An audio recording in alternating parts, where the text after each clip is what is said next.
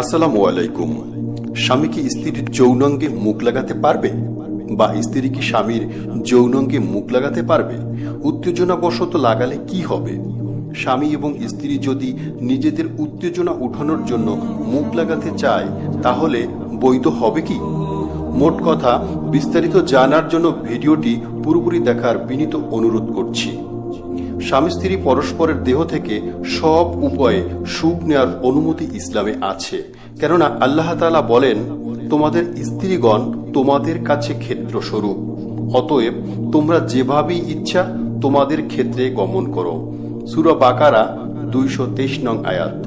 অন্যত্র তিনি বলেন, তারা তোমাদের পরিচ্ছদ এবং তোমরা তাদের পরিচ্ছদ।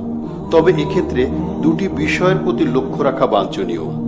এক, যে উপায়ে মুখ নেওয়া হারাম হওয়ার ব্যাপারে স্পষ্ট